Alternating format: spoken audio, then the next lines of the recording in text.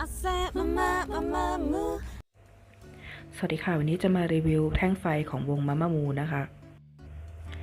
อันบนจะซื้อมาจากร้านที่รับพีมาจากเกาหลีโดยตรงนะคะส่วนอันล่างซื้อมาจากร้านในแอปออนไลน์แอปหนึ่งละกันจุดสังเกตนะคะของแท้ด้านบนสีจะเข้มกว่าของปลอมด้านล่างนะคะอีกอย่างหนึ่งคือมาม่ามูไม่ได้อยู่ JYP นะคะสติกเกอร์เป็นของ JYP นะเวลาเรารูปตรงกล่องที่เป็นของแท้นะคะกล่องจะปั๊มนูนต่ำมาส่วนด้านล่างจะเป็นแค่สกรีนมากับกล่องเฉยๆนะคะด้านในของกล่องของแท้จะเป็นแบบนี้ค่ะกล่องของแท้จะมีตัวสติกเกอร์ซีนมาด้วยนะคะอยู่ตรงนี้นะ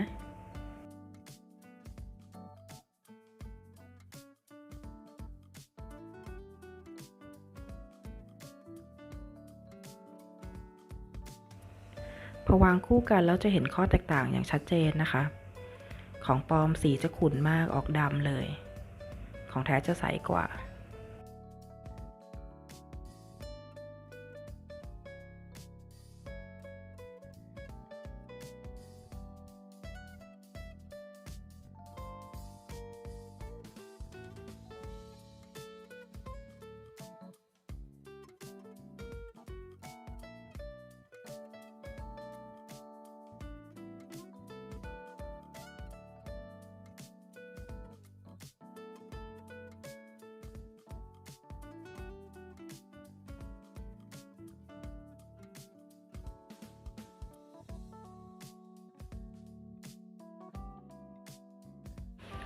ของปลอมได้แค่ฮาวาซากับวีอินนะมาเป็นมักเน่ลายเลย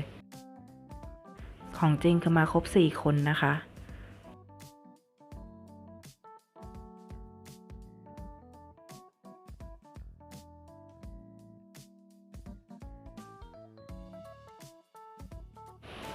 งานแท้จะมีพื้นสีขาวอยู่ใต้โลโก้อีกทีนึงค่ะ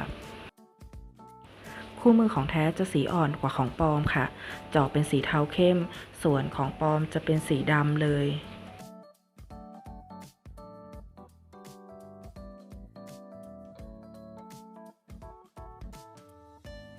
รางใส่ฐานของฝั่งขวางานจะละเอียดกว่าฝั่งซ้ายมากนะคะฐานจะใช้3ก้อนเป็นขนาด 3A ตัวนี้มีจุดแตกต่างด้วยลองสังเกตดูนะ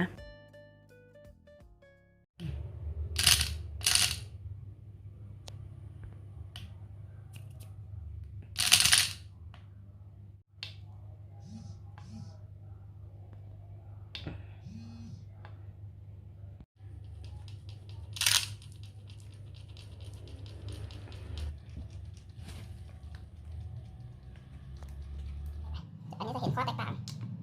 อืม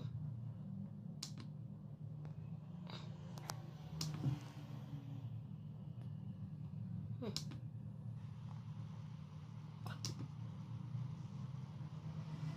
อืมโอเคพออีกทีหนึ่งโอเคจบปิดกดค้างปิด